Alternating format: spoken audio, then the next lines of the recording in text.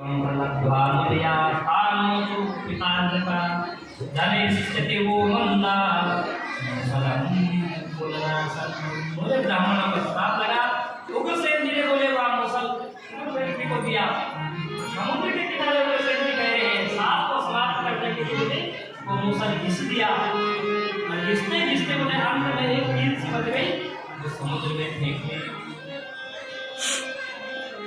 वसुदेव जी ने बोले नारद जी से भगवत धर्म के बारे में पूछा, भगवत धर्म क्या है? बोले तब सब देव के जो 9 पुत्र थे नवयोगेश्वर संवाद से भगवत स्वरूप का वसुदेव जी को नारद जी ने ज्ञान कराया है।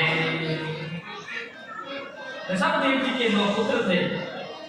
बोले महाराज विधिराज निधि जी ने भी बोले एक बार यही प्रश्न नवयोगेश्वर से किया था, कहा था क्या? दुर्लभो मानसो देहो देहिनां क्षणभंगुरा। बोले मनुष्य शरीर इतना दुर्लभ है और क्षणभंगुर, बहुत ज़्यादा समय के लिए मिला नहीं शरीर, क्षणभंगुर ये शरीर है। तत्रापि दुर्लभं मन्ये वैकुंठं। इस प्रकार से महाराज एकादश स्कंद में भगवान के अवतारों का बोले वर्णन किया है। कैसा है बोले भगवान का स्वरूप? हेयं सदा परिभवं नमः तीर्थास्पदं सिद्धिर्चिरोतं शरण्यं मृत्यात्यहं प्रणतपालभवविभोगम्। बोले महाराज मदिरा पान करके युद्ध करने लगे सारे पक्षी। और महाराज बोले इतना भयानक है, युद्ध करते करते बोले वही वो समुद्र के किनारे पहुंच गए जो मूसल उग्रसेन जी ने घिसा था। बोले उस मूसल से इनका नाम की घास उत्पन्न हो गई, बड़ी पैनी और मोटी घास। और जो अंत में नहीं रहता बचा टुकड़ा उसे मछली में निकल गया, मछली को व्याध ने पकड़ा, व्याध ने टुकड़ा दे दिया और उसने बोले व्याध ने टुकड़ा अपनी पीठ पर लगा, वही टुकड़ा अंत में मूसल लगा।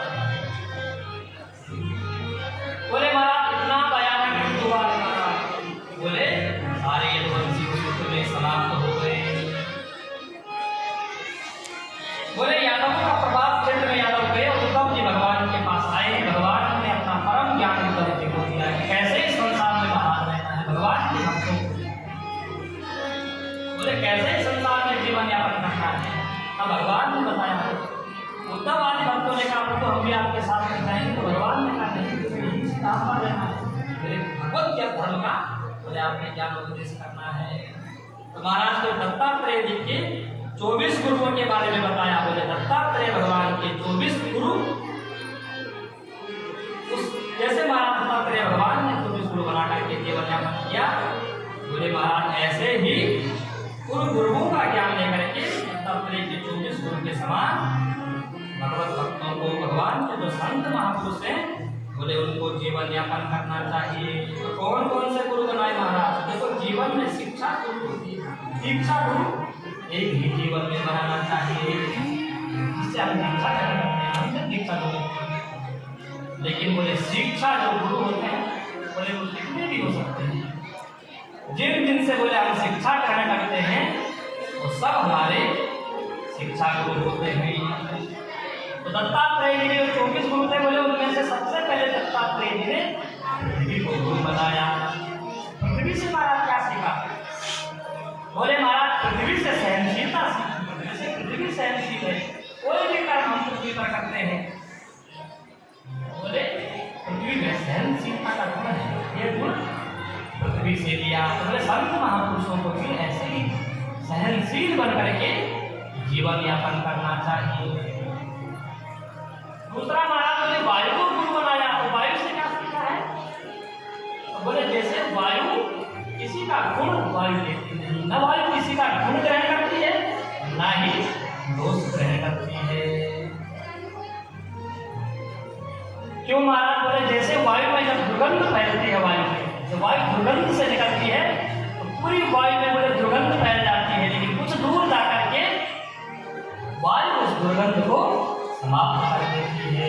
जब बहती है वायु दुर्गंध कुछ देर तक रखती है अपने पास, उसके बाद फिर वायु स्वच्छ निर्मल हो जाती है। और सुगंधि भी यदि आप वायु में फैलाओ तो कुछ दूर तक वायु सुगंधि को फैलाएगी, उसके बाद सुगंधि को भी छोड़ देती है। किसी का जिसका गुण और दोष वायु रखती नहीं, निष्ठा होकर के रहती है। तो ऐसे ही बोले भगवान के जो संत महापुरुष लगते हैं, वायु से यही शिक्षा लेनी चाहिए, न किसी के गुण देखो और ना ही किसी के बोले दोष देखो। बोले आकाश को भी गुरु बनाया, आकाश से क्या सीखा? बोले जैसे आकाश को कोई चीर नहीं सकता, आकाश को कोई जला नहीं सकता, आकाश को कोई गीला नहीं कर सकता। नैनम चिंतन सस्तानि नैनम दहति पावका न चैनम क्रीडयत्यापो न सोचयति मानवा। बोले ऐसे ही आत्मवत है, ये आत्मा में आकाशवत ये आत्मा की है। आत्मा का स्वरूप भी बोले आत्मा को न कोई जला सकता है, न कोई मिटा सकता है, न कोई गीला कर सकता है, हवा इसको सुखा नहीं सकती। तो बोले संत महापुरुष को भी आकाशवत आत्म स्वरूप में ही स्थित होकर के जीवन यापन करना चाहिए। शरीर को बुला करके अग्नि को गुरु बनाया महाराज। बोले जैसे अग्नि भी सब कुछ भक्षण कर देती है, बोले अग्नि भी किसी का गुण दोष ग्रहण नहीं करती। प्रकट रूप से बोले अग्नि भी सबको। चंद्रमा को गुरु बनाया, बोले जैसे चंद्रमा की कलाएं घटती बढ़ती रहती है, वस्तुतः बोले चंद्रमा घटता बढ़ता नहीं, चंद्रमा की कलाएं घटती बढ़ती है। बोले वैसे ही ये शरीर घटता बढ़ता है। ये सब धर्म अपने कथा में श्रवण करा था, ये सब धर्म बोले शरीर का है, आत्मा में इसका कोई प्रभाव नहीं पड़ता। तो बोले महाराज शरीर को गुरु बनाया, सूर्य को भी गुरु बनाया। सूर्य से क्या सीखा? बोले जैसे गर्मियों में भगवान सूर्य अपनी किरणों से बोले सारी जो जमीन पर जो पानी होता है, जल भरा होता है, बोले अपनी किरणों से सब खींच लेता है, इसकी ओर खींच लेता है, रस्सियों से सुखा करके वाष्प बना करके, और बोले समय आने पर फिर बारिश के रूप में बरसात करा देते हैं। संतों को भी बोले ऐसा ही जीवन यापन करना चाहिए। अरे खूब धन गृहस्थियों से मांग लगा के धन इकट्ठा हो जाए, बोले उसका परोपकार में बोले धन लगा देना चाहिए, जैसे बोले भगवान सूर्य करते हैं।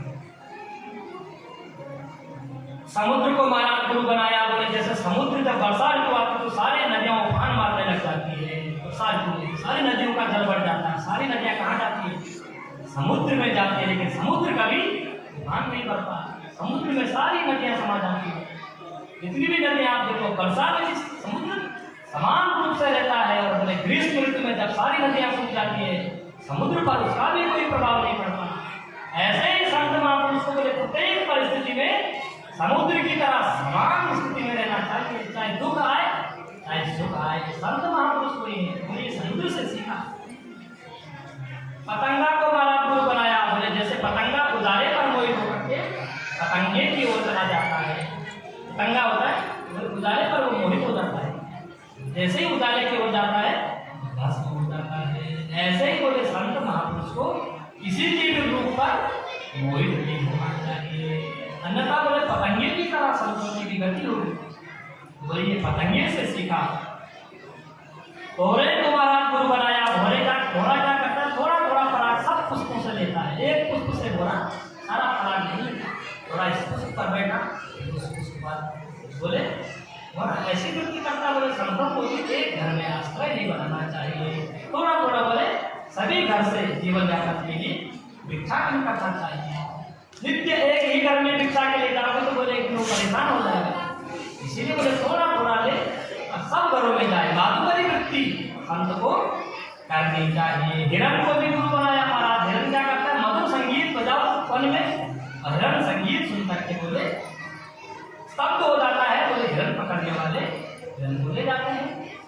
बोले संतों को बोले ग्राम्य गीत भी नहीं सुनने चाहिए। आजकल के जो गीत गाने वाले डीजे पर चलते हैं, ऐसे गीत भी संतों को श्रवण नहीं करना चाहिए, क्योंकि हिरण की तरह बोले जीवन का अंत हो जाएगा। हाथी को गुरु बनाया। बोले जो हाथी पकड़ने वाले होते हैं वो कैसे हाथी को पकड़ते? इतना विशाल जीव है।